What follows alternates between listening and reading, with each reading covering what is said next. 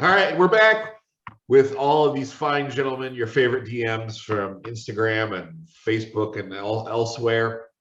We got Malcolm and Ham and Dan, it says Stacy, but it's really Dan. And Nestor, of course. And today we're going to take on a topic that I'm not as familiar with, but I've learned a bit about before heading into this show, and that is the rise of the professional DM, which is an interesting topic because it's apparently there's lots of controversy that swirls around it. So without further ado, we're going to jump right in. And, why don't we start with Malcolm? This is one of you and Ham wanted to discuss this topic, and I'm intrigued by what you guys have to say.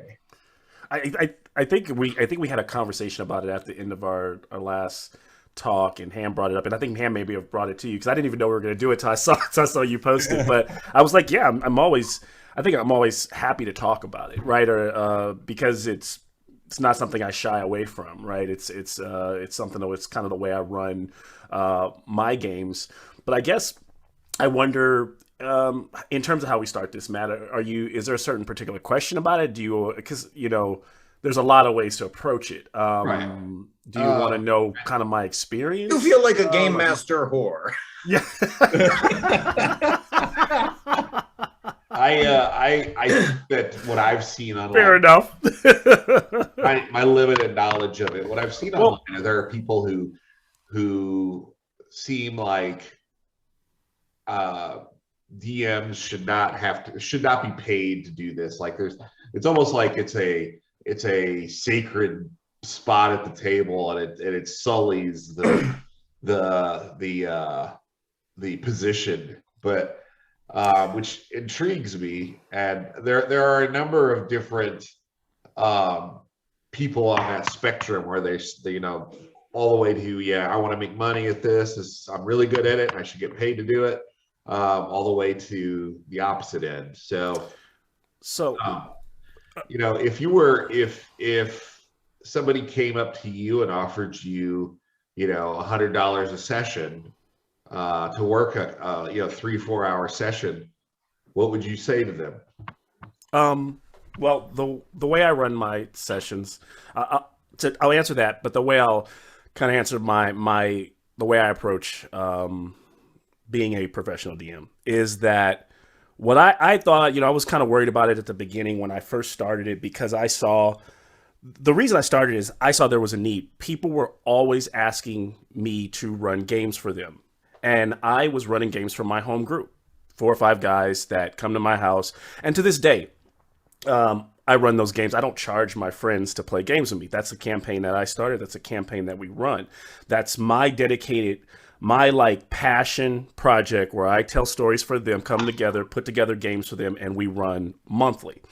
But I work in a corporate space and in corporate America. So then what happened is people wanted me to run games at work. So I was like, yeah, I'll do that. Now I was running game at home. Now I'm running game every Wednesday at work, and it was a lot of fun. After a while, I start realizing, man, it's a lot of time. It's a lot of time investment that I'm putting into this. Then suddenly it was like, got wind of one of the comic book stores was like, hey, can you come in here and run some games for us? And so I decided to do this, but as I started to do it, I realized I'm doing a lot of work for multiple parties, and there is this return on investment. It's always great to bring people into this game, but you're only one person, right? And one thing that I do not try to pigeonhole players who game with me is I help onboard new players and help them get the best experience coming into the game. And I tell them, if you can find your home group, if you can find your weekend group, do it. But if you love playing with me, then keep playing with me. And I always recommend them to go play with other Dungeon Masters so they can try the game a multitude of different ways. But what I realize is being married, being an adult, there's only so many hours I can dedicate to this game, and for free, right? And so what I had to do is rethink it, retool it. So I talked to, I think who really should be on this call is Adam Scott of the D&D Club. He's on YouTube as well.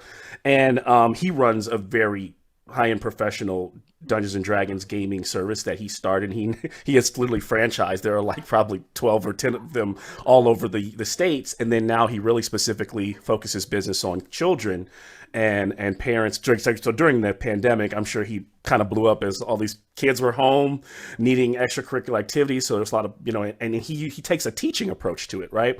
I also was a teacher in my past, so we had talked, and he was like, you could, make this and parlay it into like a small business. And I was like, I never thought about that. So I did a little research on it. I saw how much kind of hate and vitriol there was for it. And I said, you know what? I don't think people really understand this, because the way I look at it is if you do something well enough and you're willing to give your time for people who need the service, there is no problem getting paid for it. For example, my players, my home players, while they don't pay me, they might buy pizza. They bring things to the house because they know that I've spent all this time setting up everything for them. So I think a DM, there is always it's not transactional. There's in every part of our life where there's some kind of transaction that's happening when you have relationships. This is just more of a monetary transaction. And it's not for you to win the game. It's not for to give you any perks. It's for me to really say that because I have this group of players that have put in this, kind of ponied up this to be at the table, I'm going to make sure that I am making sure that I put aside the time and the effort to give them the best game possible. What I've seen is it's benefited in a couple different ways, especially when you're playing with people that you've never met before.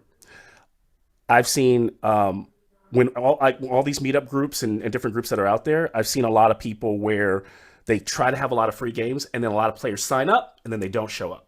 There's something about skin in the game when a player puts their $25 or their $30 to have that seat at the table. They're going to be there, right? And if they're not, they're going to tell you why they're not going to be there. They'll tell you why they can't make it. They're going to see if they can make that up. So that makes the players, I've noticed it's made, because even my own friends who I've been playing with for years cancel more times than my paid players, right? They cancel a lot. Our games get pushed out a lot.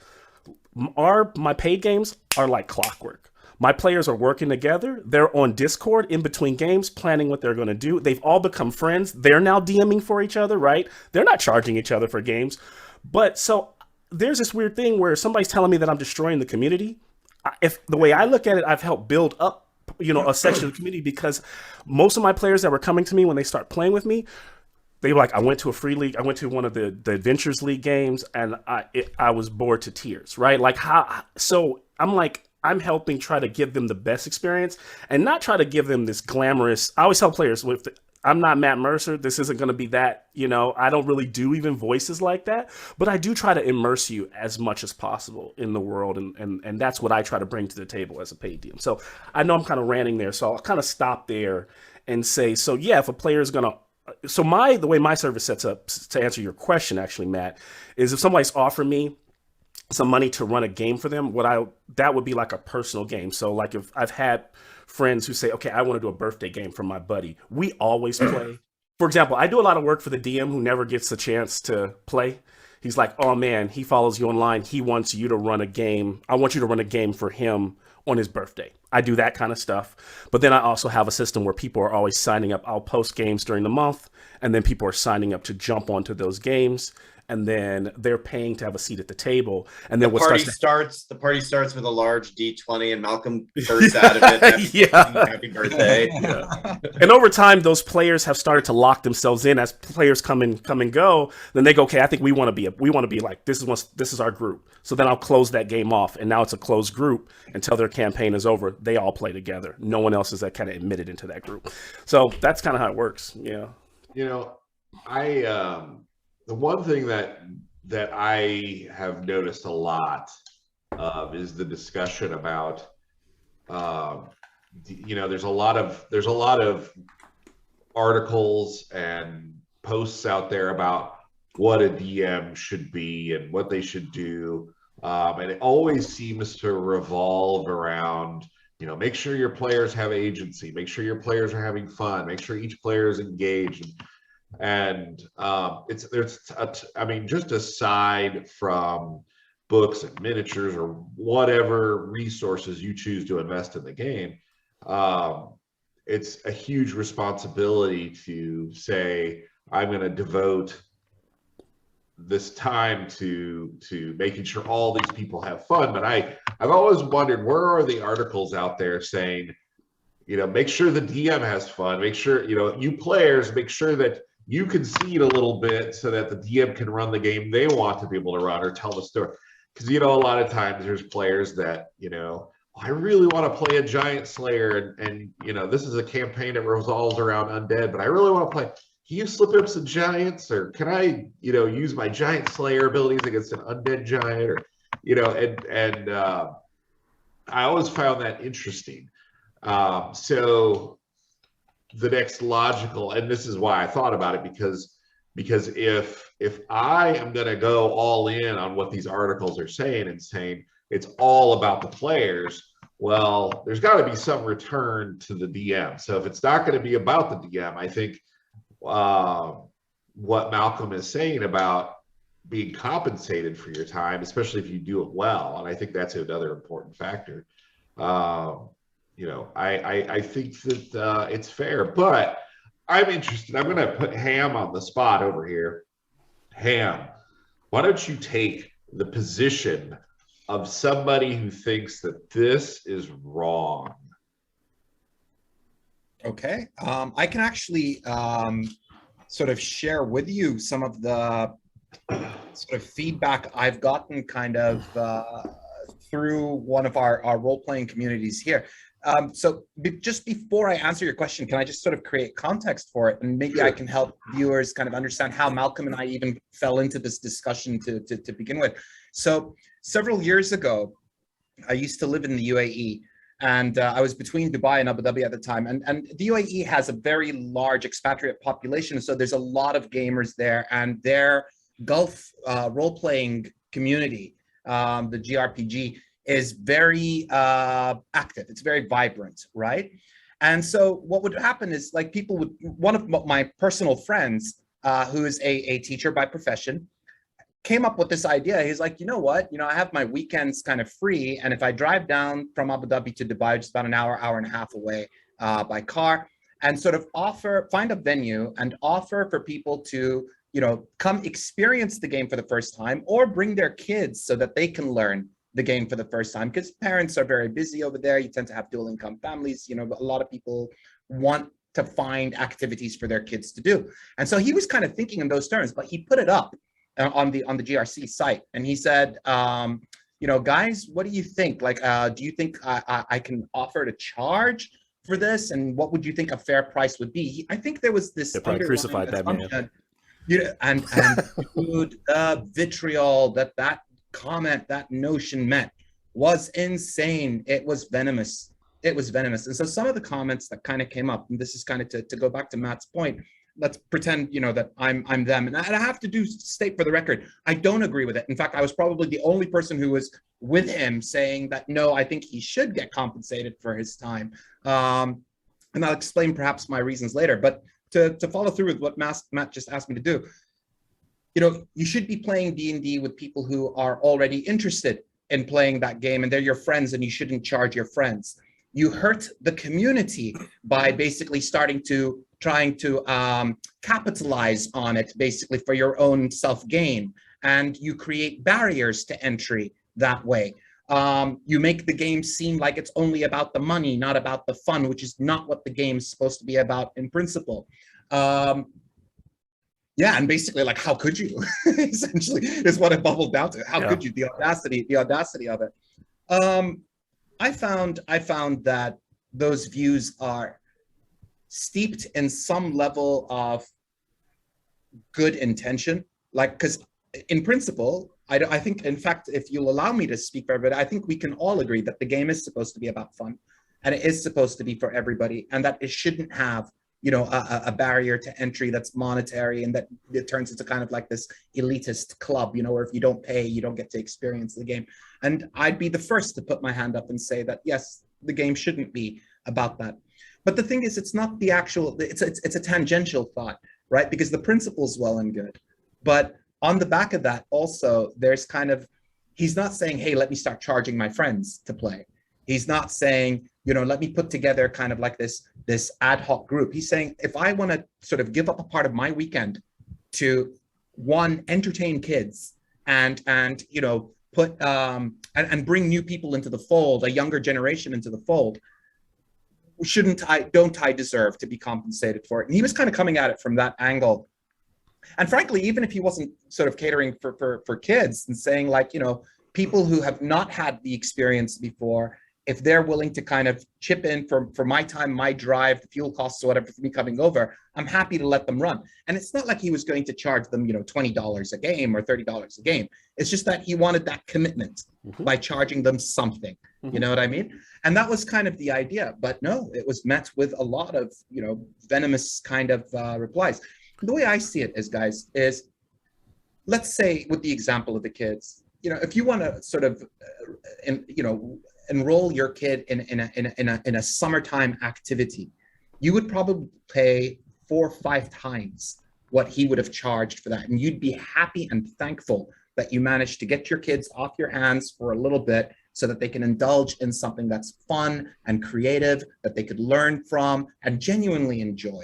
So why shouldn't the DM do that? Then it's also the question of, you've got somebody who's like a teacher who wants to impart knowledge to this target audience. You know what I'm saying? Do teachers not deserve to get paid?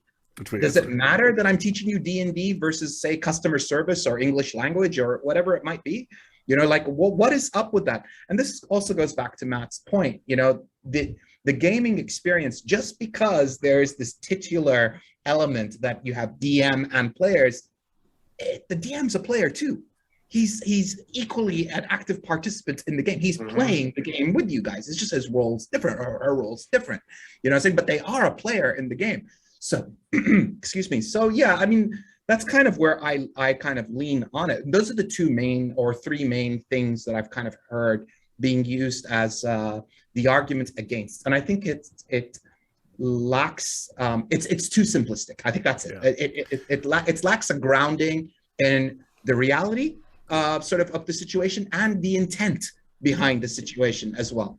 I'd love to hear, you know, Dan and Nasir speak, so I don't want to go to, but I would say I would also, when we come back around, like to answer those like 4 things you mentioned that most people come to me and say, this is what you're doing, right? These are the things, and here's why they're I'd love to hear it. I'd love to hear it. And I'm going to call out Nasser, just in the spirit of fun, though. Okay, right? I'm not trying to be mean or anything. Nasser was actually involved in that discussion. He was present. Actually never wrote anything in that comment. Yeah, but I remember you and I had a conversation about it, and Nasser was at that time against. He actually sat on the opposite side of the fence, and I thought, you know, my friend was actually well within his rights to offer, to ask, and to be compensated, and I thought in principle it was right. And Nasser had a view as to why we probably shouldn't go there. So actually, Nasser is probably better suited to wear the what do you call it? the hat for the counter argument here, you know? Okay, well, maybe we'll give him that shot. You know, I feel like I used to run games every Saturday and Wednesday at my local game store, and the Saturday game was for kids. And I had did this for the game store because I always felt like we need to support the game stores or they won't be there anymore, you know?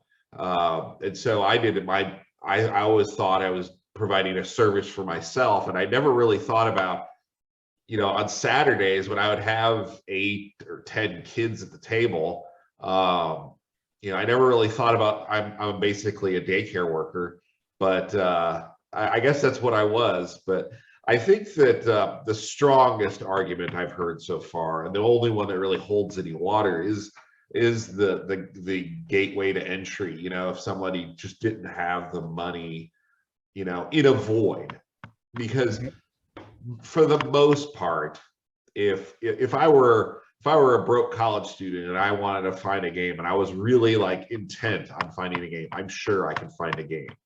But in a void, if I were like living out in you know, the wilds of Montana, and my only option were online gaming, I'm not as well versed with online gaming community, so I really wouldn't know where to look to find a game. So in that context, I could say, well, maybe, that would be a spot where somebody might have a barrier if the only option were paying a DM. But even then, I think if I really worked at trying to find online communities, I think I could find one, But I mean, that's my 2 cents. I'm anxious to hear what Nasser would have to say, because apparently Ham has called you out. Throwing you under the bus. So, just wanted to jump in and say, people are always, they always don't like change. Like, for example, if we're moving from one edition to the other, you'll see people that are resistant to moving from one edition to the other. Now we have this new thing about DMs being paid, right? That's the new thing. So it's very natural for people to be resistant, including myself. But like, I have like a few points that I want to throw out there. I'm not against the idea if somebody's going to get paid. My question is, who falls under the category of a professional DM that needs to get paid, right? That's one question that I throw there. And the need for the professional DM, if you look at the number of D&D players, like 40 million people playing D&D right now.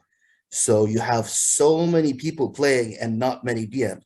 So time is money, as they say.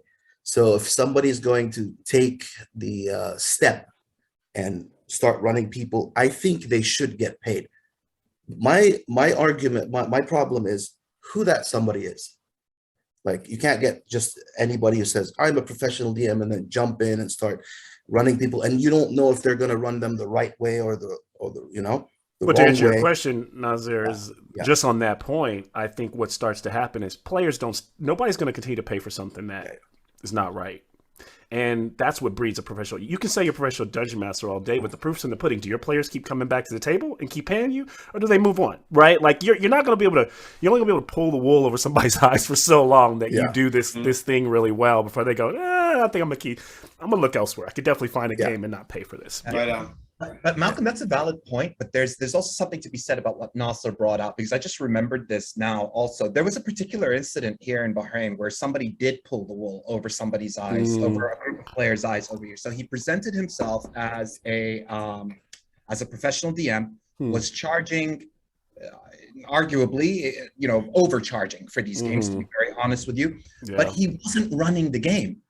He was not running Dungeons and Dragons. He was unfamiliar with the rules, and he was making it up as he went along. And the players bought into it because they had no frame of reference. They really believed that they were playing Dungeons and Dragons as this person presented it. So there was a certain level of. Were they having a good time? I can't speak for that. I don't know. I mean, know. Because it's a good point. Because if they were just buyer beware. I mean. This is with anything. I mean, you go in, you go into Manhattan, and you expect, this is New York City, I'm going to get good pizza, but the pizza in Manhattan isn't great. You've got to go to the Bronx, you got to go to Brooklyn, you got to get outside of it. So I mean, it's always like what you're willing to pay. And Malcolm's point, I think, is great. I mean, if you're not having a good experience, you're not going to pay, and if you do pay, well, then you're enjoying it. I'll get more on my time, But Dan, you're absolutely right. I think that the main underlying point here is the question of integrity and honesty, right? Yeah. So the idea is that he was misrepresenting what he was doing. If he had said, say, for example, I'm running a role-playing game. Okay, let me teach you guys what role-playing games are like. I would be completely for it, because if they had fun doing that, great. He did what he set out to do. But he actually said, this is a Dungeons and Dragons game. I'm teaching you this game, and I'm taking your money to teach you this game. And so there's a certain, I use this term loosely, but there's a certain dishonesty or an absence of integrity in that. And I think that, when the players later, for example, I mean, if it was me learning a new game and then I realized that, wait a minute, I actually paid, I could have sat with my friends and learned this, right? But instead, I paid somebody for their time, and they didn't actually teach me what I'd set out to learn. It's like, trying to take a maths class and suddenly you're doing quantum physics, or worse, geography. It's got nothing to do. One has nothing to do with the other. You paid for the wrong product, basically, right? You didn't get what you paid for. Excuse me. That's what I meant to say. So on that level, I would say that I can see where Nasser's kind of coming from.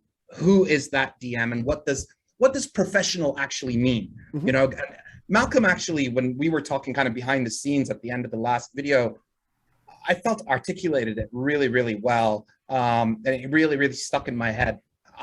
Matt, sorry, I'm going to hand back to you, and you can kind of take this. Got a few points on.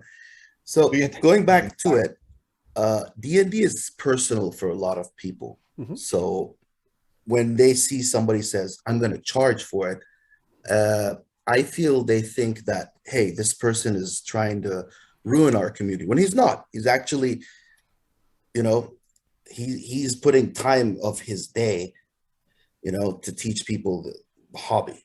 So they should get paid for it. I have no argument with that. And I'm for it. If somebody's going to put that time, put all these hours, they should get paid for it.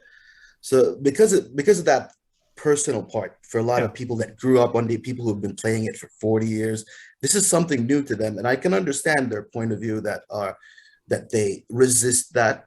But let's hope they, come over as time passes by, because this is a new thing for them. I think it's just going to take time for people to accept it, like, the changes that are happening in the hobby. And I don't see it as a bad thing, because why can't being a DM be a job in the future? Well, remember, Nasir, I'm sorry, I don't want to cut you. But one thing you said earlier, you said there's like 50 million people playing D&D, right? Yeah. And then you said there's this 40. Connection where 40 million, and then there's this connection where we say it's very special to most of us, right? We have this special connection because we have years and years of experience, and we have, like, some of us have been playing this game since we were 10 years old, right? Or earlier. So that makes you feel some kind of, whoa, somebody's charging for this. But we're not thinking about we're a very select group that gets that opportunity. There's so many people looking for a proper way into the game. And there are plenty of games for them to find. But like we said, there is a lack of dungeon masters. Yeah. And then if there's a lack of dungeon masters, then there's also probably a lack of good dungeon masters. Yeah. So my experience is that I have had players that when they sit down with me, they go, I have already played this game a number of times, and it never clicked until I sat at this table. So that's what I am providing, right? Like, I can't speak for every professional dungeon master, right? I also am living in a world where, because I think all of us, I don't know if all of you are playing with the same group for the most part, right? So I am constantly playing with new players, so I constantly have this perspective that I don't think a lot of people get, which is there are a lot of people in search, and they know they can see. That's the thing, is I'm not pulling the wool over my players' eyes. They know they can play it for free. I tell them when they sit down on their first session, you don't have to pay for this game. The goal of this game is not for you to pay for this game. The reason you pay me is because I only have so many hours. I have decided this is kind of like the way I can provide. It's the way when I tell my wife, is she knows I get paid. That makes her go, it's okay for you to play another 4 hours of D&D. In reality, the time that I put into my games, I'm not charging. The way I look at it is I'm not charging enough, but I know where my players are at and what I can charge. I run 10 games a month. Each of those is 3 to 4 hours a session. I put in at least another 3 or 4 hours to each of those sessions, and I'm running 6 campaigns, right? That is I'm just juggling, a lot of different things, but that's a job. It's an extra 40 hours a month that I put into D&D. So I think that, the players understand that. And it's like, no one ever says, like, why are we playing, Undersoft or whatever that game, $60 for Elden Ring? Why am I paying $20 to go to an IMAX movie, right? I get it. We see this as this big corporate, but everyone who loves Marvel, right? No one ever thinks, like, why am I paying $5 for a comic book? There's no value in that. But somebody painstakingly, artists put their work into providing an experience for you. And D&D is an experience. It is entertainment. It's not entertainment that's controlled or contrived, but it is entertainment. And my players are sitting down and they are expecting for me to facilitate the environment for them to have a fun experience. And that takes skill to do. I think all of you do that. And everyone doesn't need to get paid for it. But if you choose to, I don't see why anyone would judge you for it. And time, Malcolm. I mean, you put it. So for every hour that you're running a game, how many hours go into preparing for that? Exactly. That's massive. Yeah. I told a player, they say, well, I remember earlier on a player broke down the cost. They were like, okay, so if we're charging this so then you're making this per hour. I could, no, I don't even look at it like that. I don't think about it like that. I think about it as you're paying me for my expertise. This is what I think it's worth, because for those 3 hours of it, that's not what I'm getting paid for. I'm being paid for the countless hours of running this game and knowing this game and being able to make it fun for the past 20 years or whatever. Like that is where I think that skill is. So I do think professional dungeon masters should be able to bring that. I don't think you could just say, I just learned the game, I've been playing for 2 years, ooh, I think I'm gonna be a professional dungeon master. And I would not say a person should not do that. It just, the more skill you have, the more prepared you'll be to go into asking someone for money, because the proof is in the pudding. When I started, I asked people for $5 a head to sit at the table because I didn't know if it was going to even work. I put up a post and said, come out and play D&D, $5, let's see what happens. Some game stores do a $5 buy-in just to sit at a table. People showed up, they had a good time, they kept coming back, and I told them, I said, this is an introductory price. If this sticks around, I'm probably going to raise it. And I told them what it's probably going to be, if this is real. And people are like, okay, and I do every 6 months, I do a survey. I ask my group how the campaign is going. Are you enjoying, so there is a part of me that approaches it somewhat professionally, but all these people are now, after 2 or 3 years, a lot of them are friends. We hang out outside of playing D&D, and what's funny is I reward my players who've been with me long term by often doing one shots and things like that are completely on me when I'm just inspired to tell a story or to do something. But there is a part of their stories that are partially, this is another reason why I think a lot of dungeon masters I meet, everyone wants to tell their world. Everyone wants to homebrew. So that leaves a lot of new players. A lot of new players I found aren't necessarily want your story. They've got all this material coming out from WizKids and no one's running it for them. So that's me. I look at myself as a director DM. I think some DMs are writers. I'm a director. I take Waterdeep Dragon Heist and I turn it into my own story. Yeah. And I serve it because players want to play that. They want to play Storm King's Thunder. They want to play Curse of Strahd. So I probably don't have the most experience running a lot of homebrew because I kind of try to serve what I think the players want. And then I add my own flavor, to it. So, yeah. What are your fees right now? Yeah, that's a good. I charge live games. I charge $30 a head per seat. And then my online games, I do a subscription model for my players. It's $40 a month for 2 sessions. Sometimes how many players for a live seat? For a live seat, there's usually I usually cap it around 6. I've run about a table full of 10 people, but I decided I would stop doing that. It just got too honestly hectic, too crazy. And honestly, $30 is there's an element of labor of love here for you, because the amount of time, even taking a pre-written campaign, that doesn't mean that pre-written campaign you just open it the day of and no. do it. I mean, there, like you said, you take it, make it your own, and that takes time. Yeah. I have to read it and tear it apart. Yeah, I mean that's a $30 a head. I think is a bargain given the amount of time and effort that goes into that. Yep. Yeah, and you look at other forms of entertainment. The Broadway play Hamilton's coming to New Orleans. Mm-hmm. Tickets are $150 a head. Mm-hmm. And that's for a couple hours. Whereas in a D&D campaign, I would much prefer to play D&D myself than go to Hamilton. Yeah. That's just me. I'm not trying to knock the play or anything, but you're mentioning a 3-hour session. That's still more entertainment, more engaging for me. I think we're talking about going to Hamilton, so I'm not trying to knock the play or anything. So bring your D20. Yeah, and I have a dungeon. Oh, go ahead. Right. No, go ahead. I was just gonna say a short notice. I have 2 dungeon masters who work with me, and I had built. I got to a point where I had built a pretty decent following on Meetup. I have about 350 players. They don't all play, right? That's kind of like the group that based from. And then I was doing some preliminary beginners games, and then I would try to find a place for these players. Like, hey, you might want to try my DM if you're looking for this, or this DM if you're looking for that. And so one of my DMs, he lives in Austria. He's out there, for his education. He's doing Uber, and he has a background in he has a background in theater, so he does voices really well. He loves D&D. And he reached out to me. He's like, I want to be, I'm kind of down on my luck. I'm really good at dungeon, playing D&D. I don't really have a group out here. Maybe I could try my hand.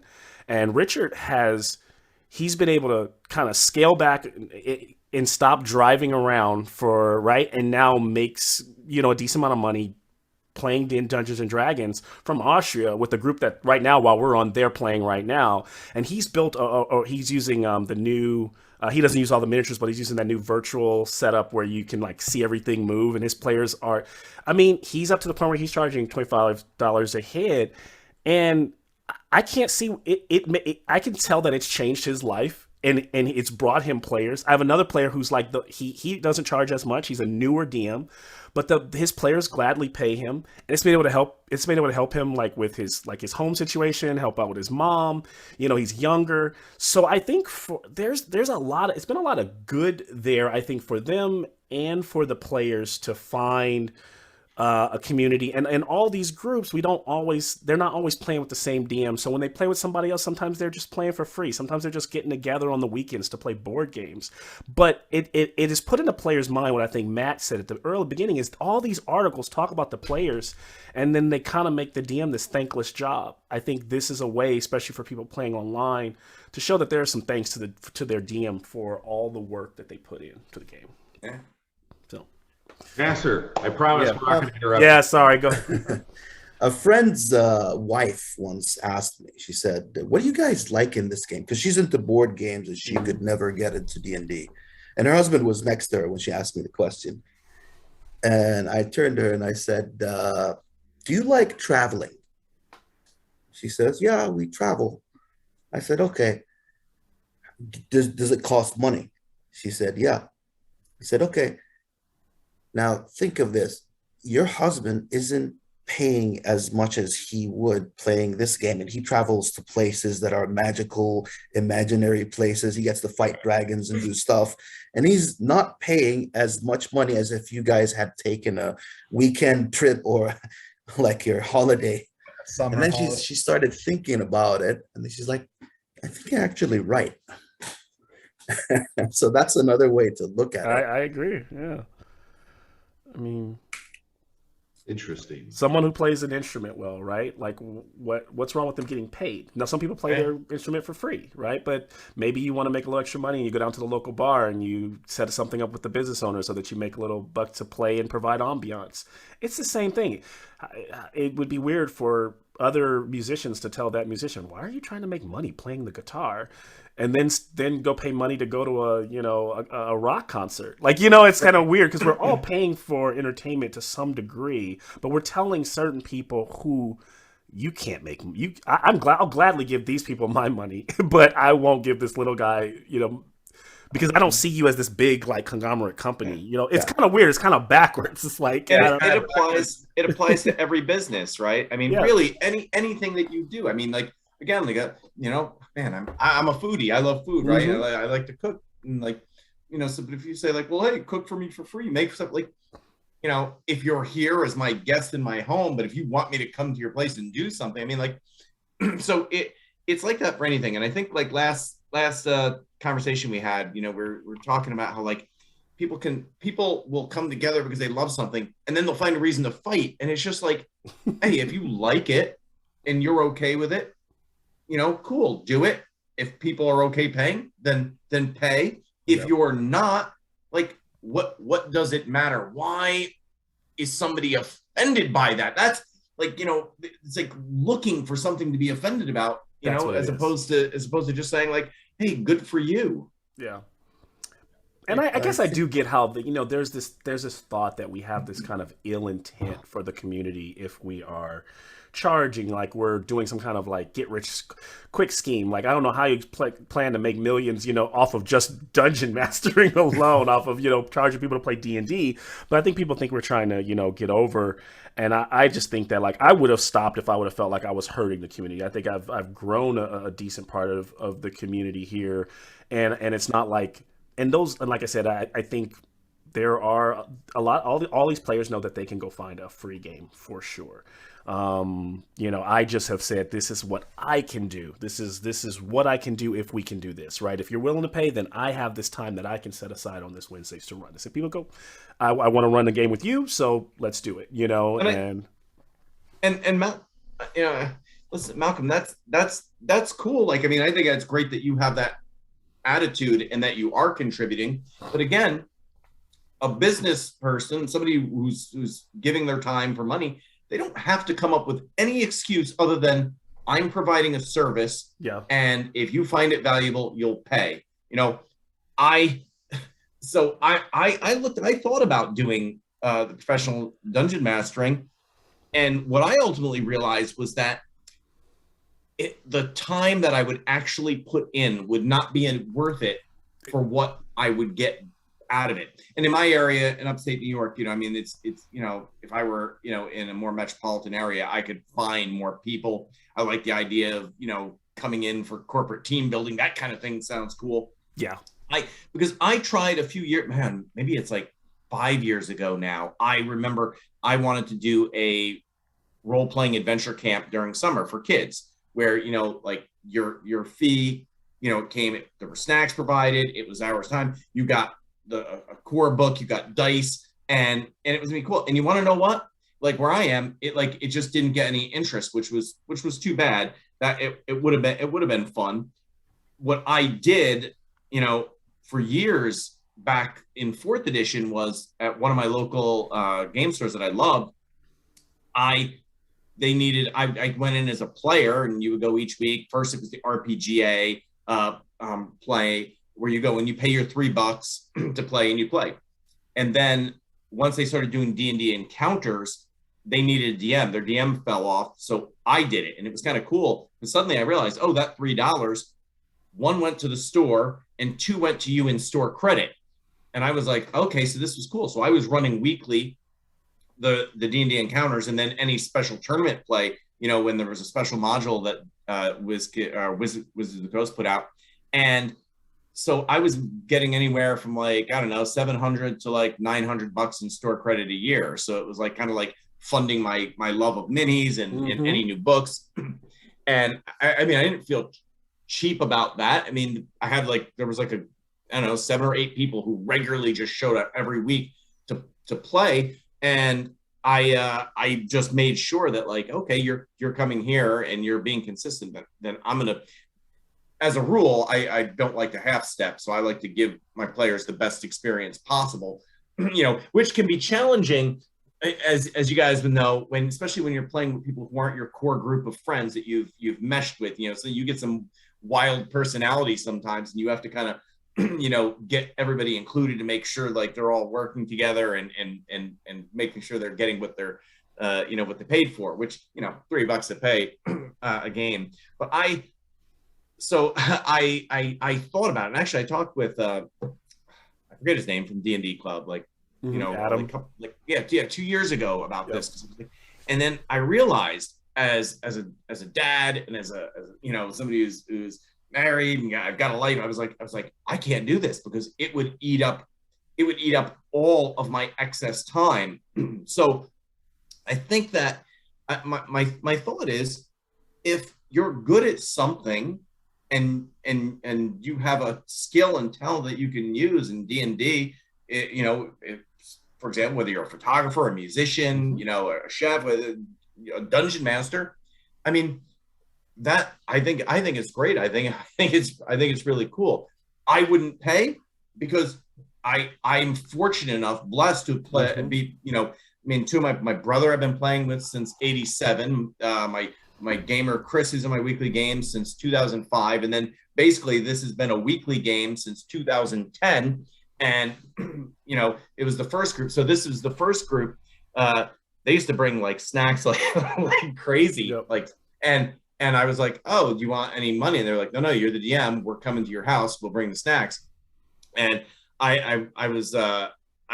we were playing so long, and I was eating so much that when they would leave at 2 or 3 in the morning, I would go to sleep and then wake up an hour later and then just go sit in front of the toilet bowl praying to throw up. I tell you, the food was so much. But finally, I said, guys, stop. If you're bringing a snack, just bring for yourself. I can't do it. I don't know when to stop. So I've cut myself off from the free snacks, so I don't get payment. But just as a regular DM in my home game, and I like taking I don't mind homebrew, but I like taking like Curse of Strahd or something like that. I like taking it, making my own, because it takes the burden off my shoulders of having to come up with everything. But I'm still, if we game 4 to 5 hours on a Friday night, I still will put in anywhere between 2 to 5 hours during the week to prepare for that. So I can't even imagine like if I was trying to do this for other groups. I mean, suddenly you've got to compound that, because each group is going to be different. Even if you're running the same adventure for several groups. Especially if you're incorporating their stories and their backstories and you're making it theirs. It's you're not just opening that book and going, okay, we're on chapter 2. We're right here. No, it's not like that. Yeah. So as a non-professional DM, but a guy who devotes a significant amount of his life and time to this hobby that we love, you know, heck, I mean, I have like books on this is a bookshelf of mine over here, and I've got more bookshelves filled with books that I can't even read because I'm too busy like catching up on what I'm going to be doing for my players in D&D. So I can appreciate it, and again I say, like, you know what, if you don't like it, if it bothers you, I guess I wonder, I would like to maybe like, and maybe I wouldn't because maybe it'd be futile, but like sit down with somebody who's really like adamantly against it and just get to the heart of the matter. I don't want to, you know, have a conversation. It's not about winning an argument. It's about getting to the truth and the heart of the matter. And like, what is it that really bothers you? And then the beautiful thing is that person, they don't have to be a professional DM. They don't have to pay a professional DM. They can do what they've always done. Absolutely. So, I mean, I think there's just like last week, you know, there's room for everyone to do it the way they want to do it. And I wish that people would stop finding reasons to like be at each other, right? And just be like, you know what? Like, I mean, I say, good for you, Malcolm. Like, I wish that I had the groups around to pull that together. But the timeline, like it would mean for me, and I don't know if it's this way for you, is it'd be nighttime games and nighttime games. That's what I run a lot. Too much family stuff. So yes, and I always tell people if I God be willing, I have kids, I'll have to tailor a lot of this back. I don't have kids right now, but even with that, like it eats up a lot of my free time. Like, so when everybody's asking me, oh, did you see that movie or did you get a chance to do that? I'm like, no, those things that you take for granted, I don't have that time because I have to spend that time. I literally have to say no to friends because I'm like, I'm sorry, I cannot go out on Friday nights. Friday nights is D&D planning, right? It's literally a job. I have to sit down and turn on some music and plan my sessions for a week out, right? So that I at least know what's going on so that I'm not showing up unprepared. And even something that Dan said, a lot of people don't understand is, especially if you're a professional DM I have some DMs that get, have pay to play and they do everything theater of the mind. I wish I could do that because I would actually take home a lot more of the actual money that I make. But instead, I invest a lot more back into it. I'm inspired by Dan's build, so I'm always like, I need more shit. I gotta buy more stuff. Don't get me wrong, I know I don't need to, but I love that. Like, I'm inspired by people like Dan who have everything. Like, or I look at his set and like, what, he has a turkey on that table. How do I find that turkey? Do I print a turkey? Yeah, I should mention, right? So I get companies that give me stuff. Yes, because you're previews, right? And I just want to point out, like, so here's the thing, and this is just a personal thing. Some people maybe don't have a problem with this. I can't shill. I can't do it. I can't promote something that I don't like. I've turned away a lot of people. I'm just like, no. So if you see it on my table, yes. I mean, so in a way, it's like, oh, I'm getting a benefit having being in the D&D community and this thing. Yes. Playing D&D's finally paid off, baby. Yeah. And but I can't. But I won't do it if I don't love the product. If I don't think there's value in it for people who follow me. But I do hear you. I mean, listen. Before that happened, I mean, like, for goodness sakes, I mean, minis, D&D minis are like, it's like crack for nerds. Yeah. I mean, it's an addiction. And whether you realize it or not, Matt, you and Dan, you are influencers in the community. So in a weird way, when companies are sending you those things, you're getting paid. The community's not paying you, right? But it's the same outrage when people found out Critical Role was making money. It's like, really? Like, you guys realize they're they're millionaires? Like, what is wrong with you? You know, it's like, it's so funny. There was outrage over that? Really? Yeah. Outrage when they found out they had made. There's articles about how, there's some, I've lost some love for the story in the game. It's like, did you think they were just voice actors just doing it just for fun? I think they found something sweet spot that worked. How much do you think of that kind of feeling, whether it's toward them or toward people who are making a living or earning some income, how much is driven by envy? I think there's a lot, a good portion. Yeah. It's like I can't do it, so which isn't see, it's interesting because I think like they would question like a person's honest motivations for doing this and being a dungeon master is about the love. Like, if they're driven by envy, that it's not honest for them, you know. It's really not. Yeah, I agree with you, Dan, for sure. One more point I want to add is a lot of the because most of my exposure to the game, like in the last few years, was around game designers. I think Ham knows that, that work for certain companies. Some have worked for Wizards. So a lot of these people are friends of mine. And what I noticed is we don't know this much about game designers and that they don't make as much money as we think they do. Yeah. Like when you see people making these small supplements for 5e, these third-party products, if you're not one of the big companies, you're not making as much money. And a lot of these people are actually good game masters, great DMs. Yep. So if there's a chance for them to actually make money, because a lot of these folks that when you talk to them, they're not making as much money as we think they are.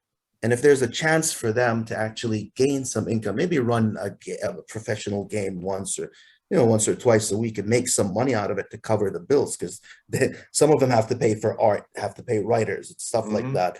So if they're making money on the side and covering their projects, I feel that's a really good thing for the community. Thing. Absolutely. Yeah. It's a very good thing for the community. This is an interesting segue point, actually, going back to, the definition of what professional is, I was saying from both a DM standpoint, like a professional DM standpoint, versus the player expectation for what professional should entail. And that was kind of one of the questions that I put over to Malcolm when we talked about this a couple of weeks ago or a few weeks ago. And, Malcolm raised some very, very interesting points. Like, number one, there's a certain number of skill sets that a DM should have. And two, the follow-up question to that is what kind of value do you have to be able to bring to the table, right? Or is expected to be brought to the table by the players. So to answer the first part of that question, which is the skill sets in question, it's managing people. You're going to be dealing with a lot of new personalities that you've never encountered before. I mean, Dan alluded to this earlier, right? You don't know what these people are going to be like or whether they're going to gel at your table. And you've got to be a gracious host that caters to all of them irrespective, because this is you're catering a service. Two, and this is something I loved actually with Malcolm. I hope you don't mind if I paraphrase what you said here. Go ahead. When I asked Malcolm, what to your mind actually makes a professional DM, he kind of skirted that question. He did answer it sort of more detailed later, but the initial response is kind of what gripped me. And he said that, look, when you've been doing something for so long, don't be afraid to call yourself a professional at it. And that really lit a light bulb over my head because I've never looked at it that way. I mean, hats off to you, Malcolm. That perspective was so profound because it's true. Like when you have over 3 decades of experience, that means you've got those people skills. You know how to pivot on the spot. You know how to wing it. Say if you need to. You know that if all your prep kind of falls short, you can still give people a great time at your table and create memorable experiences for them. And I think that that's something that the newbie, you know what I'm saying, wouldn't necessarily, and not impossibly, but wouldn't necessarily have, because those are things you learn from actually having done the DMing for a very, very long time, actually having DM'd for a very, very long time. And so therefore, if you are somebody who can bring those skills to the table, then why not call yourself a professional? Why not say all right, you know what? Like, my time is worth something. I'm going to give you a great experience. Let's agree on it, because DMing is not going to make you millions. It's not going to be the next thing that turns you into like a multimillionaire, but it at least sort of gives you that little bit, that modicum of respect that says my time is worth something to bring this experience to new players and things like that, which then takes us to the second point, value addition. So the follow-up question I had to Malcolm for that one at the time was, Malcolm, what else do we need to actually, as professional DMs, to your mind, bring to the table? Does it involve the props? Does it involve the minis? Because I'm a no-frills DM. If it were up to me, there wouldn't be a single mini. There'd be no battle mat. We'd be playing theater of the mind exclusively. You know what I'm saying? And just sort of take it from there. But would a DM like that, for example, be able to command, let's say, the same price as somebody that say brings their minis and has the other sort of bells and whistles that kind of come with the experience, right? That could be a different price point, right? Yeah. Well, on one hand, it could be a different price point, but my curiosity is, are there players that actually demand it? Or have you seen openness to people actually saying, no, I'm okay with that as long as I have a great adventure, or even a resistance to it? I have a DM who he started Eberron within my group, like the D&D experience point on Meetup is where people find my games. And he ran those for a good 6 months, and then life takes over. He's got kids and stuff. He's just, I can't do it. To this day, players are like, when is Renee gonna start Eberron back up? No visuals, just theater of the mind. That's it. Roll some dice, rolling your dice at home. And at that time, I think Renee was charging $15 a head. So maybe a little less, but $5 less but players are like, yes, I want to play in that world, right? Yeah. So you don't always need that. Chris Perkins, I'm not a big fan of watching D&D online stuff, but before I ran Curse of Strahd, I saw that Chris Perkins ran it for dice camera action. Yes, and I was like, okay, I'm gonna watch it, because he's like, as a DM, like I love Chris Perkins. Chris Perkins, right? And that was so wildly entertaining to watch. The players were okay, but for me, it was him, and how he did it, and it was all theater of the mind, and it was fantastic. I agree. What is the amount of hours? Is it something like 50,000 hours? It's like works out to 5 years worth of time, makes you an expert in something. I think something like that, right? 50 to 100,000. Yeah. I mean, and being an expert doesn't mean that you're infallible. I have friends from judo who are like my one friend, he's like 7-time national champion, he's been all over the world. I mean, doesn't mean he doesn't lose, right? So I mean, it doesn't mean you're perfect, right? But you can be an given the amount of years that each of us have had, we're experts. We're experts.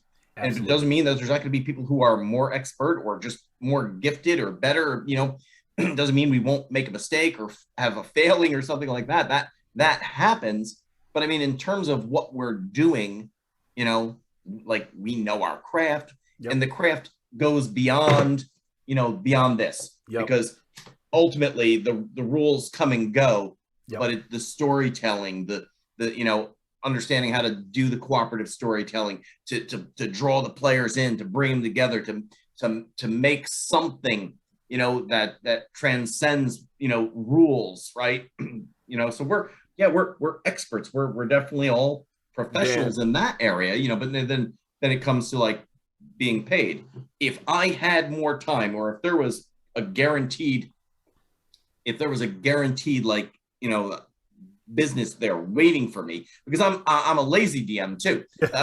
So, it would involve a lot of work to launch a business, and it would be way more time than the return, certainly in the beginning. And with the area where I live, I don't know how well that would take off, but I mean, if I could earn enough money to be a wage, I would absolutely do it. But then I'd be curious, man, would it kill for me what I love, by doing it that way? That's and there's another question. I mean, Yeah, that's actually That's a good point, actually. Yeah. I actually think it keeps me fresh. It keeps, especially because I love the game so much. It keeps me thinking about the game 24/7, thinking about it at work, thinking about it in the shower, thinking about it on the toilet. Like, it just keeps you thinking about the game. There are those days, though. There are those weeks. There are those groups that are not like your favorite sometime to play with, right? You've got that one player in there that you got to wrangle or deal with who's a little obnoxious that you're going to. So those things do kind of challenge you. You go, okay, how do I make this game fun for myself, right? Even though I got to go into this week. And then you have those other groups where you're like, you log on and you can't wait to play with them because they kind of have gelled and they've got it together. I definitely enjoy going to those games more than maybe when I have a schedule. A beginner's game could be a crapshoot. I might walk away from that game going, wow, that was really great. Or like, I don't know. Like I think I did my part, but I don't know if they all got it, or because you don't know who's going to be there. So, and it really did challenge me when I first started doing it, because I'll be honest, I thought I was better than I was because I've been playing so long with the same group of people. And then you sit down with new people and you're like, and then you've got a rules lawyer here. You're like, oh my gosh, this is, and then you start taking a step back like, okay. But then for some people, they're like, I don't want to do that. For me, it was like, okay, this is a whole new challenge, right? Like if I'm going to call myself, I'm going to say I'm doing this, get paid for it. I got to learn how to play with all of these different type of players, right? And so that's been a challenge. That's what makes it fun. And I think I'll end here, but what I like what Dan said is, because before he even said expert, I was going to say, I think everybody on this call is a professional DM, whether you get paid or not. But I think that's the term. We're all experts in this craft. And just, some of us get paid and some of us and we're in this world where some of us get paid through Twitch and some of us get paid through YouTube. Some of us get paid through our players. And I think I went to Satine Phoenix's Patreon recently, and I think she runs Patreon games for $100 a player, $100 a seat a month. So I think that's amazing. If she's able to, she's done enough work to get her status, or her influencer kind of status, to that place. I know that there's certain DMs that I would definitely fork over $200 or $300 to play with. I would pay to sit at Matt's table just to say I did it. You know what I'm saying? So if you tell me that I won a ticket and then had to fork over $300 to sit at the table with Matt Mercer, I would just do it. Whether I think he's the greatest DM of all time or not, but I would say, or to sit with Joe Magnanello and run a Death Saves game and like it is basically, absolutely, I'll pay. I'll be a fanboy for that. Absolutely. So I know that I'm willing to pay for the things that I love and am interested in. When I made I spent years doing indie films, writing and directing stuff, and the technology was such, right? I mean, and we're at this point now with technology that like people can jump on, right? You guys mentioned this earlier about like what constitutes a professional, and people really can take advantage of that to lure people in. But then that's the jeopardy of any indie business, I guess. But I used to say, the amazing thing about the digital technology as a filmmaker was it leveled the playing field. The great thing was more people could make films and tell stories. And the bad thing about it was more people could make films and tell stories. And I guess, this is it. That's kind of similar here too, right? I mean, it's separating the wheat from chaff. I mean, I had considered too. I was like, oh, like I could, like, I wonder if like people would be interested if I did a Twitch thing, and then I was just like, you know what? There are so many people doing that. It's just that how do you ultimately distinguish yourself? How do people find you? And it was too many people doing stuff. Everybody I know people who are just like, I got a Twitch channel. People come and watch my thing. I make like 50 cents a month, and it's like it's a lot of effort. Is it worth that effort? Yeah. And is it like hitting the lottery? I mean, it's that bit of luck and determination mingled in. I mean, I'm just like, I'm grateful, super grateful to have a weekly game that has been consistent for 12 years now. That's awesome. I would, like I said, I would, if somebody handed me the business model, and here are the clients, I would run, but I can't go out and try and do all that by myself. And it's funny, interesting. In this community, we seem to have this vitriol for a DM getting paid, but look at how the community has exploded. Look at all the small business owners that are making dice that have blown up. Nobody's saying like, why are you making money playing dice? All the artists who are, I remember I have an art background, and if I had Instagram when I first got out of school, I could have made an entire profession on, on sharing that work and getting projects and getting commissions. All my players, a lot of my players go out and get commissioned work. They bring their art. They're happy to share it. They're happy to share the artist. I mean, to me, especially if you kind of believe in like kind of entrepreneurship and kind of capitalism on that way, then this is beautiful to the community. I love trying to support other people or buy their dice tray when they come out with something or support a buddy's Kickstarter. It's all a part of kind of keeping it within that community for it to thrive. We always, like Matt said, you went and gave your time to that shop because you wanted that shop to be there in the next 5 years. Yeah. You know, right? Malcolm, you used to be cool, man, when it was all just about the art. Now you're going all Hollywood. Yeah, and that's the other thing, though. Also, in a slightly romanticized sense, it also speaks to the people behind the activity itself, right? So here's the thing: you've got people who are passionate. I listen to Malcolm talk as a professional DM, somebody who's actually done it, right? Dan speaks from somebody who's considered it, weighed his the pros and cons, and then taken a call on it, right? Yeah. But Malcolm's kind of like neck deep. He's in there knee deep wading into all of it. He's really owned it, and he's not breaking bank on it because if he were to charge, but using his own words, if he were to charge for the hours that he puts into the game outside of the games, they're saying he should be charging a lot more. But his passion for it is what fuels it. And that's what it really comes down to. It is still a passion play. That's the very reason we all got into it to begin with, because we love the game. And that's why we introduce new players to it, because we want to see more groups and we want to sort of have shared experiences, and we want to have events where we can sit and talk nerd to each other. You know what I'm saying? Talk nerd to each other, just have fun with it. And that's exactly it. So if you pennies are changing hands along the way just to sort of respect that person's effort, you know what I'm saying? Then what's wrong with that? Again, I go back and say, what's wrong with that? Because it really speaks volumes of the people behind the task. That's how I look at it, You think of another hobby or activity that once money was introduced, people got upset about it. I was struggling to think about that, and I can't really come up with anything.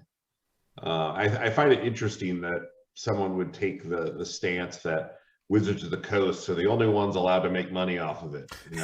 Right.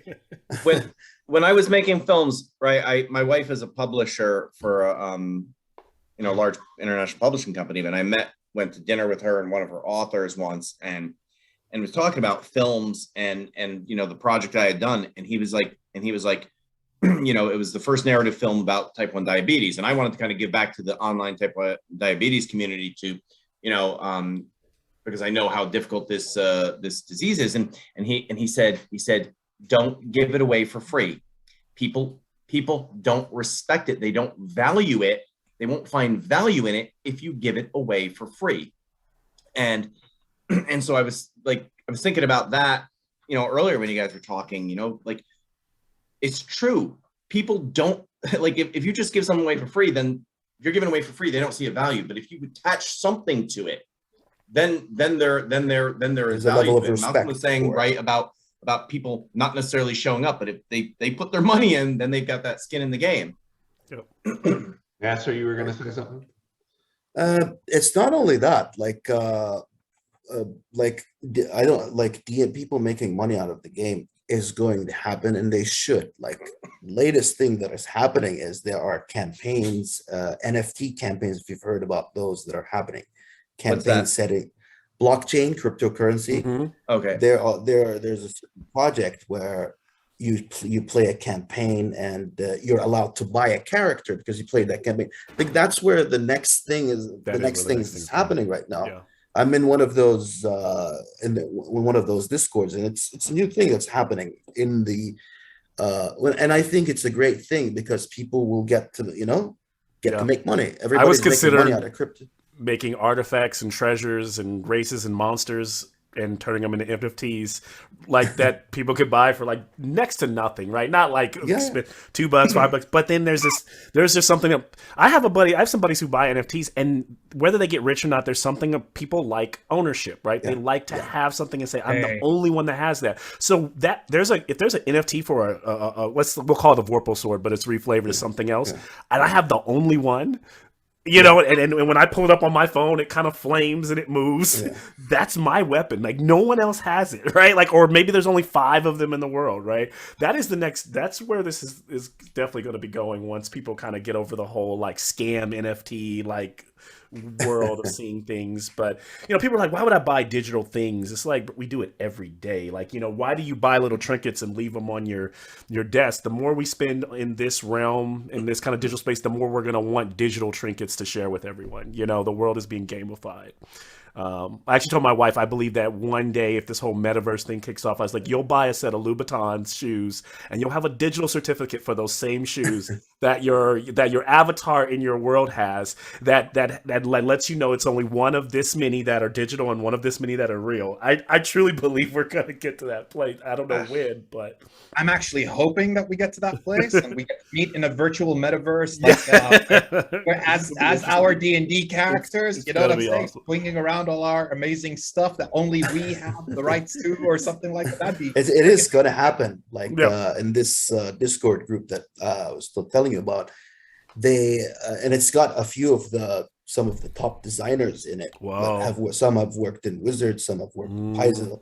They're in that group, and the idea is I think you play a campaign and then you get the rights to buy that character, and then even a normal character in that world can level up to be something unique. Yeah. So they're working on that. They're making a special setting for it, and it's 5e.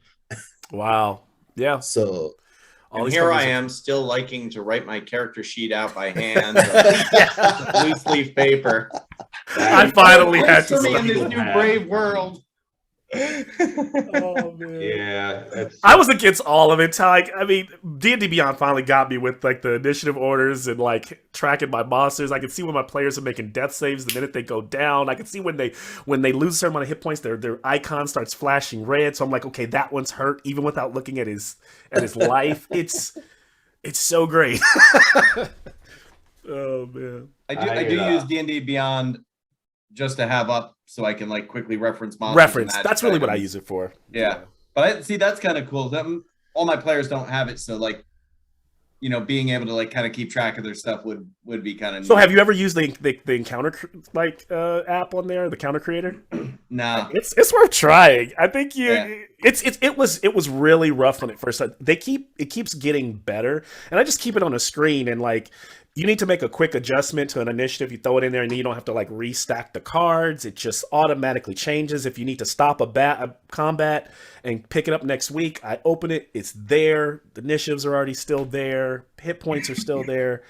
It's kind of crazy, but I was totally against it when I first started. I was like, I don't really need that. And then I started using it, and I'm like, all right, because you know what? As a DM, for me, it's not that I don't want the technology to take over, but if the technology allows me to do more of the part that I love, if I could do less math and do more storytelling and setting the scene and sharing about what happens when the math goes off, then I'm all for it, right? Like, I'm all for it.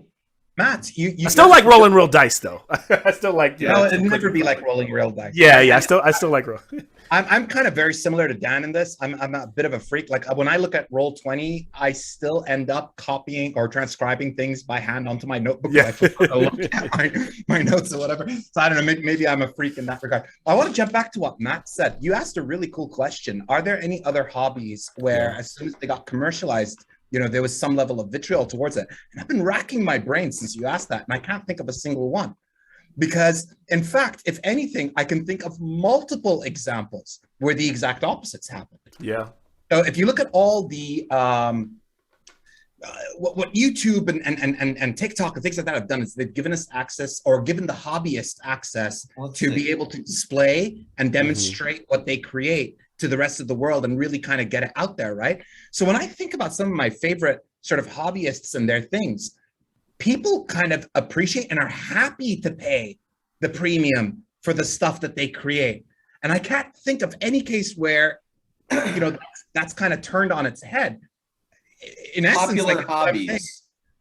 So I just quickly looked up popular hobbies, right? You know, things like, this is like video games, cooking, gardening, writing. Okay, writing. Now, years ago, I remember attending workshops from a local very successful local author, very successful. And you had to pay to go to that workshop. And I didn't feel cheated because she was clearly a professional author who had something valuable, you know, and I was part of a writer's critique group, but we didn't pay for that. We all just gathered together, much the way gamers get together and play weekly. We gathered weekly and went over our writing stuff. But on occasions like, you know, that workshop, for example, it was like, okay, yeah, I'll fork over the money. It's not quite, it's not the same, but I was looking up the list. I mean, you know, gardening, cooking, video games. My buddy loves orchids, and he started this this Instagram called Orchid Whisperer, and he's just kind of like all these plants, and he always plays a druid when we do play D&D. So he loves his plants and his flowers, and so he really specializes in orchids. And I couldn't go to because I was doing this today, but he's having a workshop in LA today, and people are paying to go to his workshop so that they can learn how to keep, because it's an art form to keeping orchids alive. Like every time my wife buys a plant, it dies. And I'm like, you need to call Terry because he knows he can help you, because there's some about his expertise. You look and you see his plants are all alive. His flowers are thriving. What am I doing wrong? I need to seek that out. Now, Terry might not charge my wife, but if people are seeking something and they think you have the expertise, they're willing to pay you, you know, for that expertise. So that they people don't complain about paying to go to a convention. No. And you have to do a buy-in and play game. You'll pay a premium to go to a workshop where somebody that you admire or whatever happens to be speaking. You'll pay for that at a convention. You'll pay for that time. Malcolm, tangentially, your wife should get herself an aloe vera plant. Okay. Those just like survive and like you only need to water it once a week, and it's about 100 milliliters of water each time. And if you forget a week, she'll still forgive you. Kind of. Yeah. Okay, that's good to know. I'm taking notes for sure, because she kills everything. Yeah, I mean, Matt, that's my wife. Same. I'm glad she doesn't watch these. It's great. It's interesting. It's interesting that you brought that up, Dan, because like I can see how that happened, but it still goes back to, why did the DMs have to get the grief for it if they decide that, if they can provide let's say an experience that's above and beyond what, say, a starting DM would be able to give their players, right? Or perhaps even just for the sake of the absence of a DM's availability. Why is there so much grief and sort of vitriol towards that thing? It's that we've taken so much ownership of it. I mean, it almost begs the question. I mean, does the DM have to actually create pizzazz and panache and create videos and things like that and little shorts and what have you to make it look a lot cooler than what it actually is at its bare bones level? Because it's still pretty effing cool, you know what I'm saying, at its bare bones level. But it's what about like, glisten it up, you know what I'm saying? It's like someone's going to shoot you down for doing it. What about the DM who can't find players? And so there's professional players out there who are paid to come and Adam Scott has delved into this and thought about it. He was like, how do we get professional players? Now, you know what I have done? I've paid professional actors to come play characters at my table and given them a NPCs cut to play NPCs. Yeah. So I did one game that I did like a ladies' night wine and D&D, and the story revolved around this kind of like evil kind of queen.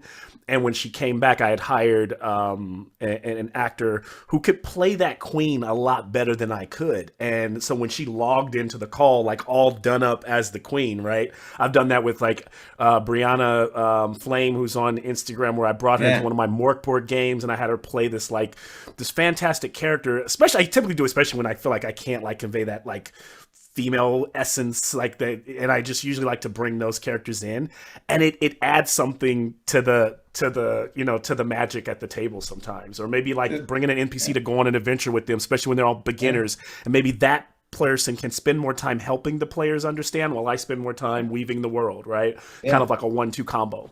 I brought guest players to fill in NPC roles in my weekly game, so that's cool.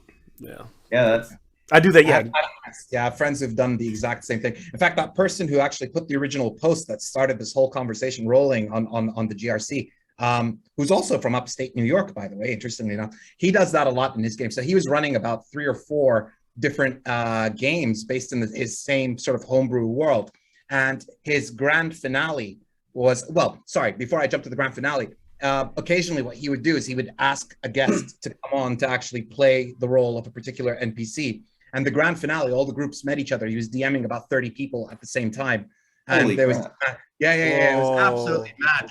But he really went all out, you know, hats off to him. He did something awesome. absolutely outstanding sort of thing. It all culminated in this one big scene where the city that everybody was in mass chaos, and, you know, and all the threads kind of tied off and things like that. Did you say 30 players were all on this call? Wow, yeah. I mean, look, I could be wrong about the number of players, but it was over 20 of that. I was certain. Yeah. You know, but that's still 20. That's still a mad amount of people to have. That's like inspirational, yeah. Because I'm running Theros campaign, and there's 3 parties, and they're playing in the same world, right? And so I have to kind of track where they are on the map and stuff. But that's interesting because part of me does want there to be this grand moment where they all like meet each other at least for like one session, right? I know it will be too much to do like for multiple sessions, but that makes me feel more comfortable if somebody was able to pull off 20 players. I think I could pull off like 15 on the call. If you had guest, that's what if you had guest DMs.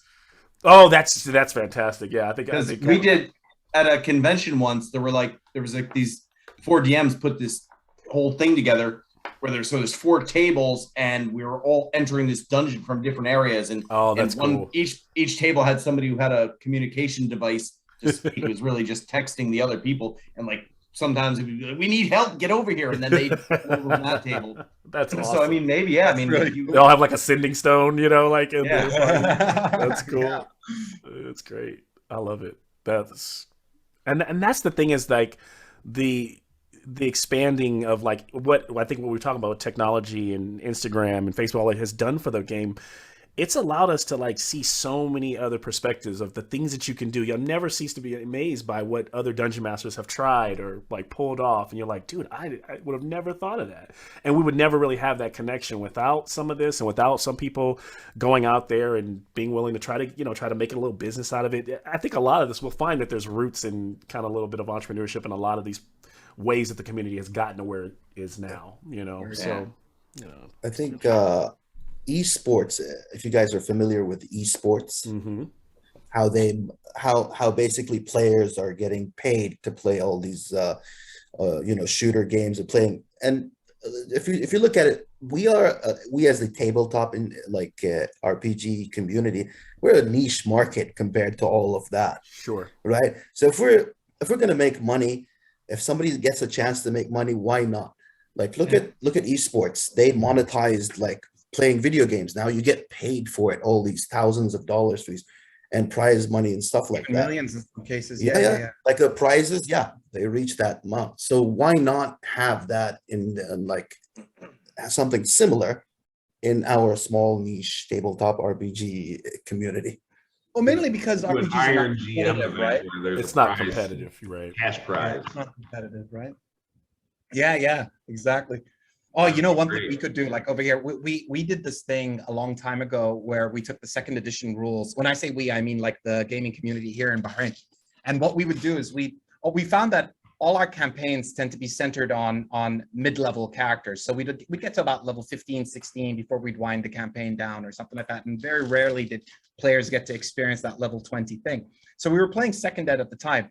And the zany idea kind of came up, right? So I played a game book back there called Death Trap Dungeon. It's basically this deadly gauntlet that you put a team of players through, and their single goal is to survive and come out the other end.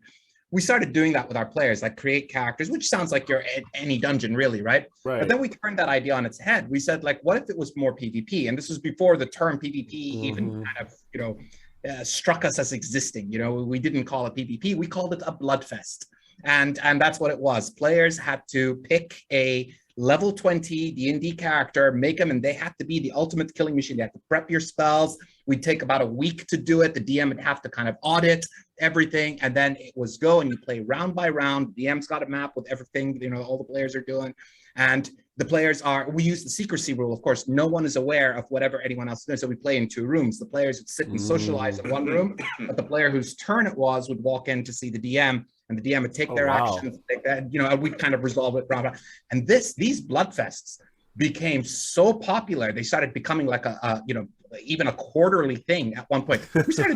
We started making trophies for the winners, you know, at the end of it. And the zaniest class combinations would come up. I'll tell you, multi-class and second ed went out the window. Everybody was dual class. You know, everybody just preferred dual class characters. But it was absolutely mental. And it was an insane kind of PvP experience. So if ever there was something to try and monetize on, I'd say that should be it. You know, the ironic thing is that that kind of gaming, at least here in Bahrain, caught some traction. And to me, it's really strange to hear players who've never played with me before talk about playing Bloodfests. And it's kind of like, but I kind of coined the phrase like, you know, nigh on 25 years back, you know what I'm saying, or something like that. And it just sort of grew in that way. But it's a thing, yeah. PvP playing is a thing here. Because players, I think especially this generation is like, there's this like, everybody wants to know if they can pit their, you know, druid against that fighter and see who would win. I've already have like a group within our, you know, group on like Discord. They've been kind of forming these games where they like do level 20 characters and they just like do a bloodfest, and the DM just runs all the traps in the room. So very similar, like, you know. So there's that's great. You know what's interesting? A little role playing game history is what you described, Ham. Is exactly the format of what is considered to be the very first role-playing game experience ever, which was the Bronsteins in the late 60s. So they were playing Napoleonic games, you know, like so wars and everything. But I think it was like David Wesley, I think was his name. He was the referee, and he wanted to give the players the opportunity to actually be the generals, be the office, like play a character. So like this guy, you're going to be running the you know, surgeon and you're in this town, and this guy's going to be playing this character. And then they were also moving their armies around. But it was interesting because everyone got to go into the room with the referee one at a time, you know, and of course they're trying to kill one another. And so as the armies are moving, oh, you spot Fred over there, and you know, it just becomes a mad dash. But that's really interesting what your bloodbath or your bloodbath and beyond. Bloodfest, yeah. Bloodfest.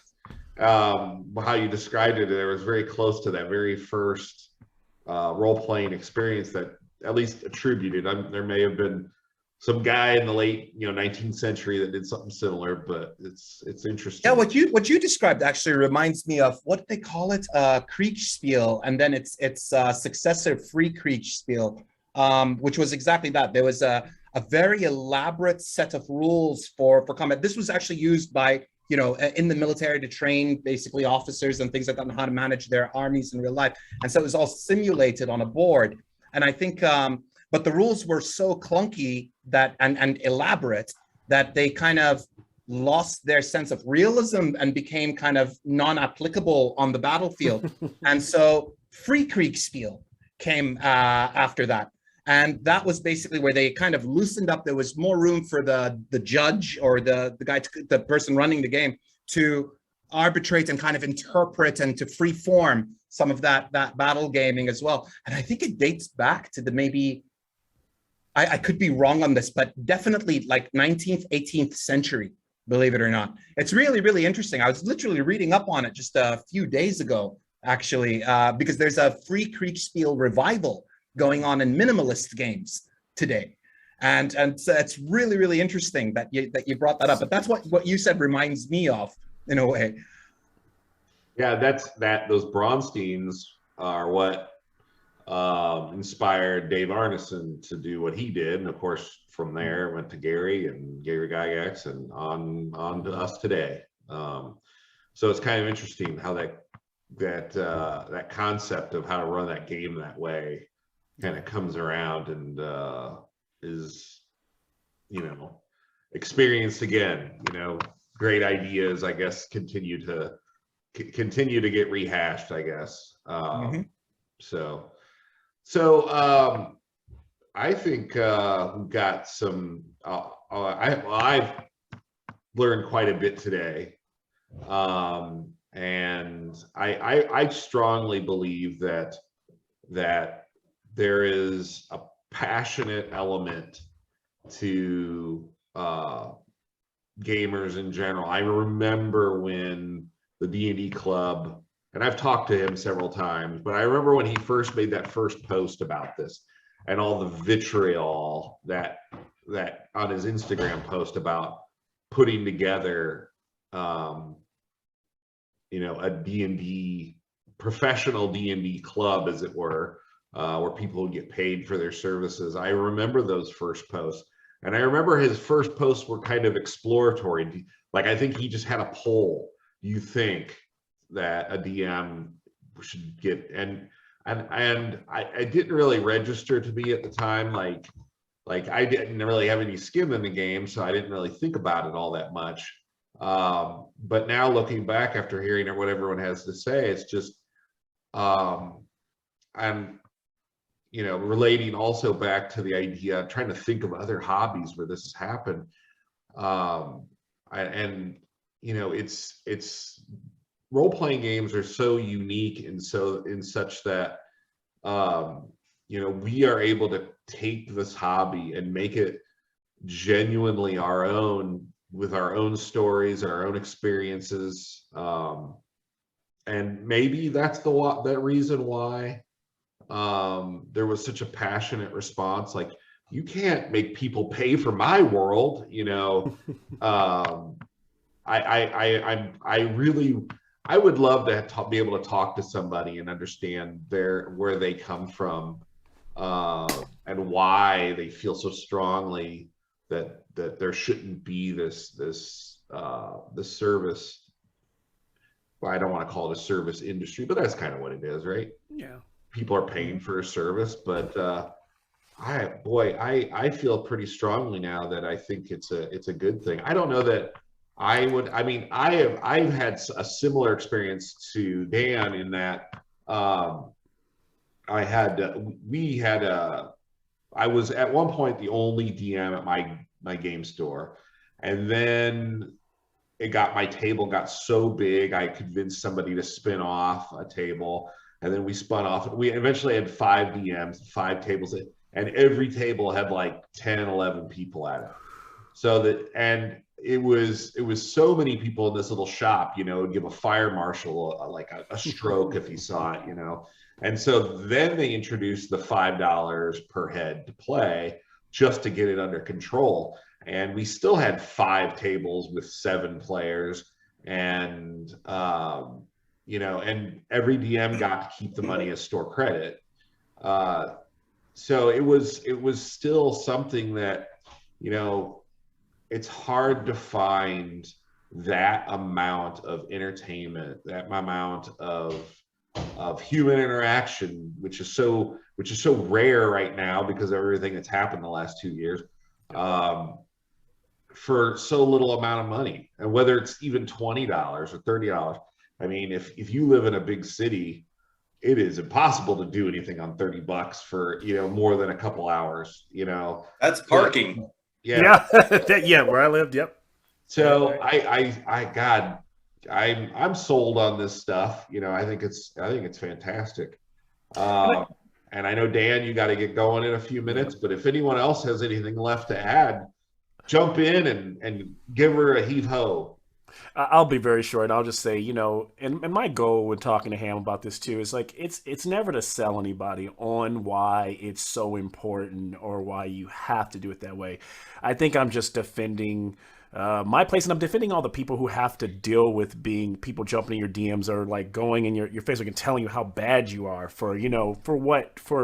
and maybe there are some bad players out there, right? But I think they're far and few between, right? I think if you really dig into it, and like Dan said, if you find somebody, most people are going to be able to spot a bad player just because they're going to say, I don't want to continue to give my money to this, right? And to those players who got bamboozled by that one guy, if they had fun though, they'll be re-educated on D&D somewhere. Agreed. Maybe he didn't know the game as much as he thought he did. Maybe he thought he was playing D&D. Maybe he thought the first rule of D&D is I'm the DM and I can change all the rules, right? So I do get that. But if they had fun, it won't do as much harm as we think in the long run, because worst case, he brought those people who couldn't find a DM, never role play in their life. Now they have this love and this passion for role playing. They'll meet somebody like Ham or Nasser or Dan who will teach them, the proper way to play D&D, at least 5e. But then now they have some context. They have a much better context because they played with someone. So I like to always see like the upside in it. And lastly, in the joke is a joke when you mentioned Adam. Adam's like stiffest competition. I give him. Yeah, it was funny because Adam was in Ohio, and then I started my thing out here in LA, and then like a few months later after we talked, Adam dropped a D&D club, is what he calls it, D&D club in LA, and I'm like, oh my gosh, so like 5 DMs against my one little. I was like, all right, Adam, let's go for it. And so like I just try to outperform his college level DMs versus my expertise, but it's fun, like that's the way I look at it. But I don't think much of it. We're all doing our own thing and enjoying the game in the way we, in the way we see fit, and as long as everyone's having fun. Absolutely. That's all I got. But well, thank you guys so much again. I really again I didn't know much about this topic until you guys brought it to me, and I find it fascinating, that there is so much controversy around it. But I guess, it's just a passionate crowd out there, right? So we should all run an online game, just a one shot for each other. That would be great. What a grand idea. Yeah, yes, I'd get behind that. I'd get a heartbeat. I'd love to. Stick 5 DMs together as prepared. Yes. And every new session, another DM like jumps to the seat. That would be fun. That would be fun. I love it. Yeah. Well, now we have a challenge. Yeah. Challenge of orchestrating all of our schedules. Yeah. Exactly. Oh, and that's cool, guys. My fee is $100 per player. Of course, no charge. And by the way, I will tell you one thing I always do. I pay every DM I play with. I don't expect anybody to do this. It's something I do. Who, even when they're not professional, I always like send them, because it's like, who am I to be doing this and not like return? So if I ever play with you and I Venmo you something or send you a gift, it's because it's just that's the way I do it when I play with other people. So that's But I don't expect that, and I would never expect us to charge each other to play this game. So I'm just, but good joke. I love that joke. Like, yeah. All right, guys. All right. Well, thank you all. Anyone else have anything? We're all good. Have fun on your date, Dan. Yeah. Yeah. Thanks. Enjoy it, Dan. We'll all take care. Nice. All right. Enjoy your time, Dan. Matt, thanks again for having us on. Thanks Matt. again. Yeah. Thank you, Matt. If you like what we do here on the channel, don't forget to like, comment, subscribe, and hit the bell, because it really helps us out.